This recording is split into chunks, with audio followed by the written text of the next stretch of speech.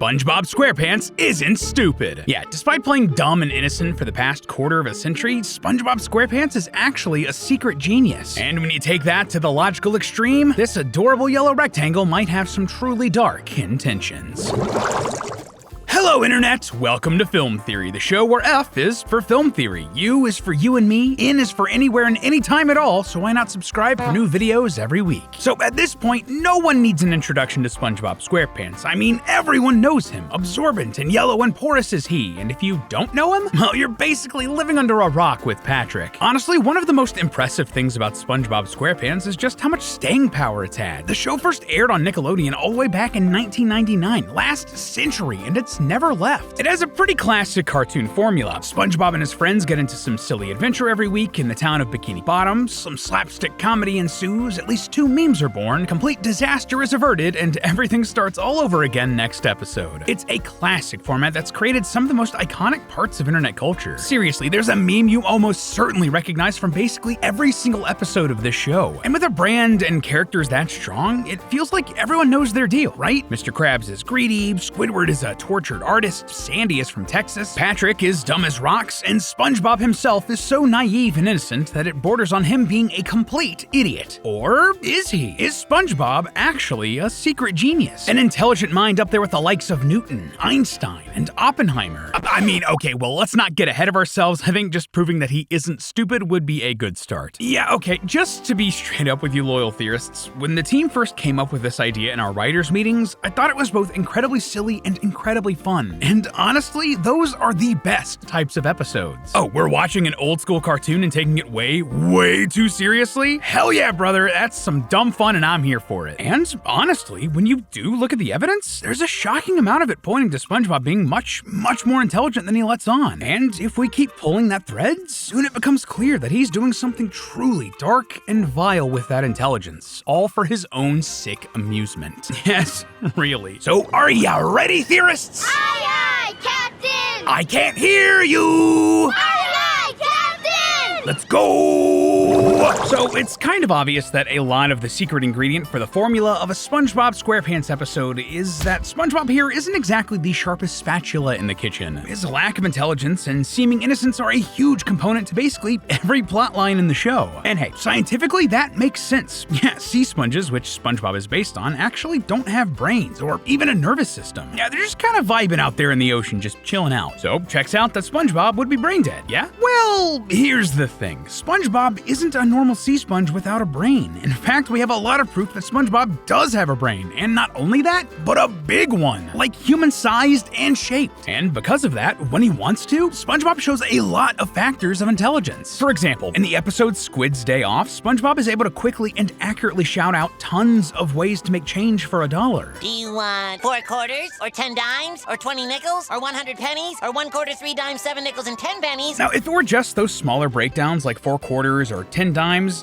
easy peasy. But when you start getting into the larger and varied numbers, that can quickly become challenging. This right here is an example of mental math and shows SpongeBob's strong numerical reasoning skills and ability to quickly process information. All of these mental skills engage the parts of the brain responsible for memory, attention, and logical thinking. And studies have shown that, in general, people who master mental arithmetic will have a higher IQ than those who don't, for what that's worth. But it's not just math that shows this sponge's brain power. SpongeBob is also very artistic, way more so than other characters like Squidward, and this is shown time and time again in the series. With basically no effort, SpongeBob is able to draw a well-rendered face, fold paper origami, and sculpt a block of marble into a finely detailed statue. All of this alone would be incredible works of art, but on top of that, more studies have found that creative people typically have a higher IQ, again for whatever that's worth. Sculpting that statue in particular would require SpongeBob to have incredible spatial intelligence. That's the ability to visualize and manipulate 3D objects in your brain. Basically, it's transferring a mental image you have in your head into the real world. And as someone who's tried making those clay pots and statues before, I can tell you firsthand that this is not easy, especially with something as unforgiving as marble. And all of this isn't even mentioning SpongeBob's incredible musical skill. I mean, my man played at the Super Bowl. Even SpongeBob's choice of career as a fry cook could hint at his intelligence. Yeah, high-class chefs in higher-end restaurants are considered higher intelligence individuals. And hey, that makes sense. They need to problem solve quickly, make decisions constantly, prioritizing certain dishes over others, and adapting to variables presented by each ingredient. All of those are critical thinking skills often used to measure someone's IQ. Now, you might be thinking, hey, SpongeBob isn't really a high-end chef. He's a fry cook at a fast food restaurant. Can that really apply here? And the answer is yes. While we may not traditionally associate flipping burgers with intelligence, SpongeBob is different. In the episode Le Big Switch, when SpongeBob's transferred to a fancy restaurant, his work is revered by the chef, who praises his culinary skills. This taste is fantastic! And the customers love his cooking so much that when it's time for him to go back to the Krusty Krab, no one wants him to leave. They straight up cling to his leg to make him stay. And then in the episode Neptune's Spatula, SpongeBob's cooking is so good that King Neptune spits out his patty to enjoy it a second time. There are just tons and tons of more examples, but you get the idea. SpongeBob has nearly unmatched culinary skills on top of his exceptional creativity and ability with math. The long and short of it, SpongeBob is no fool. He may act stupid, but he's an intelligent creature, perhaps one of the smartest in the whole series. So there, theory done, right? Slap some red text on a thumbnail and let's call this a day. Well, not exactly. Sure, yes, I think we've done more than enough here to explain that SpongeBob is much smarter than he lets on. But so what? What does that mean for the rest of the series? Well, first of all, in the canon of the show, the fact that SpongeBob is this smart should mean that he should be miserable. Here, let me explain. This actually comes down to how intelligence is portrayed in the rest of the series, particularly with one Squidward tentacles. And that comes down to Squidward's anatomy. Yeah, despite the name Squidward, he's actually an octopus. Mind-blowing, right? But for real, this is important because an octopus actually has 9 brains, one in their head where you'd expect to find a brain, and one in each of their tentacles. Because of this, octopods are considered one of the smartest animals in the ocean, and much, much more intelligent than the likes of, say, a starfish or a sponge, like Patrick in SpongeBob. Yeah, like we said earlier, sponges don't actually have brains or a nervous system. And did you know that starfish also don't have brains? Also, a side note, but I guess SpongeBob and Patrick having brains really lines up with that theory that Bikini Bottom is an irradiated wasteland from the nuclear tests at Bikini Atoll after World War II, huh? Anyway, several studies and articles have discussed how people with higher intelligence have a higher risk of suffering from depression. One of the factors here, intelligent people often feel misunderstood by the less intelligent people in their lives, which is definitely the case for Squidward. Obviously, this isn't the case for everyone, and it varies from person to person. Intelligence doesn't have a cause and effect relationship with depression, but sadly, they absolutely are often found side by side in several subjects. And at least in the world of SpongeBob, there is a correlation between intelligence and happiness. In the episode Patrick Smartpants, Patrick suddenly becomes very intelligent after a bit of misadventure with SpongeBob. All of a sudden, he's no longer amused by SpongeBob's antics, and the two grow apart. But by the end of the episode, well, I mean, just listen. Knowledge can never replace friendship. He realizes that he'd rather be stupid and happy than sad and alone. And this is also what's driving Squidward. He feels just so much smarter than everyone else in Bikini Bottom that it's left him feeling isolated and misunderstood. So, if SpongeBob is actually smart,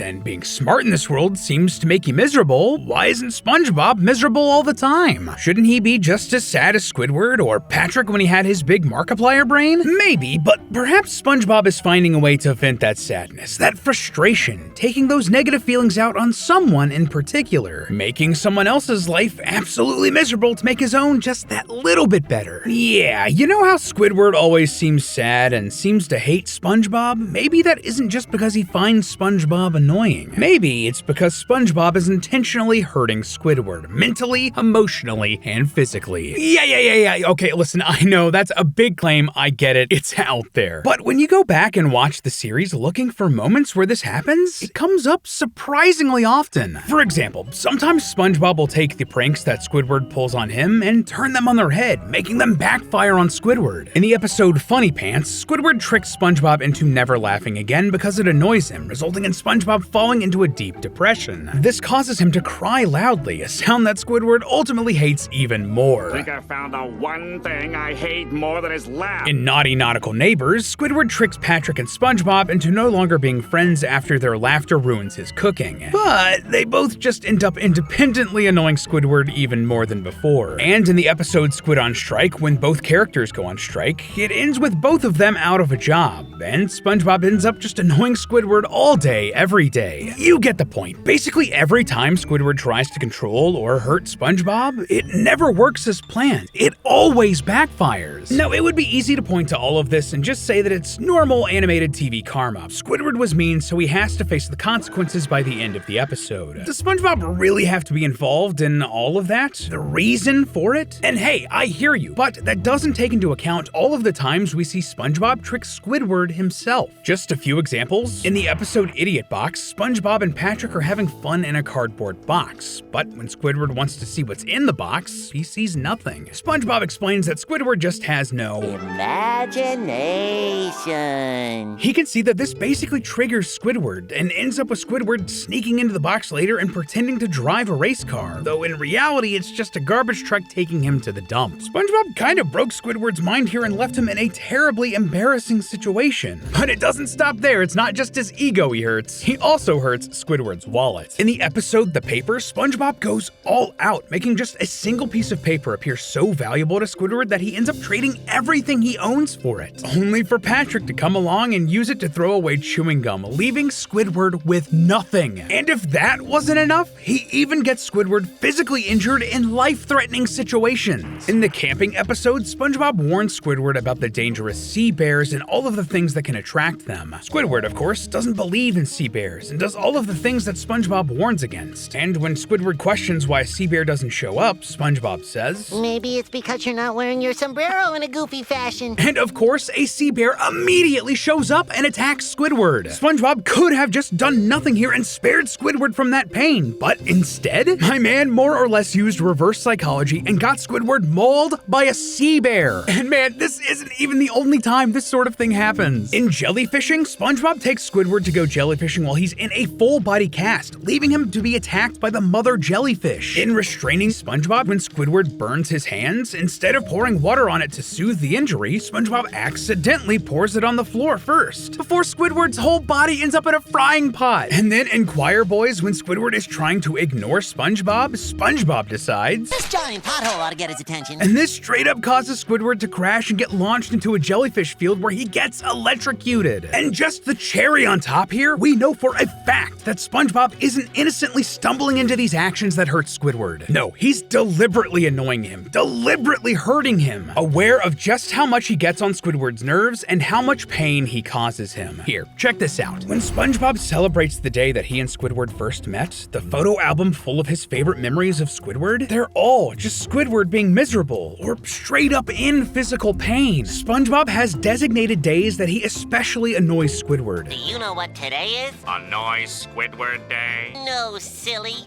That's on the 15th. This guy straight up has annoying Squidward marked on his calendar. And when Squidward even communicates that he dislikes SpongeBob, that he wants him to stop, SpongeBob acknowledges that he knows. SpongeBob, Yes, Squidward? you know I hate you, right? Yes, I do. And even when Squidward tries to get a restraining order against SpongeBob to protect himself, SpongeBob instead just gets Patrick to act as a middleman, resulting in more agony for Squidward. Really, this right here, this adorable, childish sponge, in a show where there isn't really a true, obvious evil villain, Plankton aside, he is the true menace. SpongeBob SquarePants is constantly torturing his neighbor Squidward, tricking his mind, playing with his emotion, and breaking his body. And if this pattern holds, he may start expanding his reign of terror outwards. I mean, what else could explain the fact that he hasn't been able to pass a driving test for over 20 years and he keeps torturing poor Mrs. Puff? Really, his big, dumb rampage against Bikini Bottom has only just begun. But hey, that's just a theory. A film theory. And cut.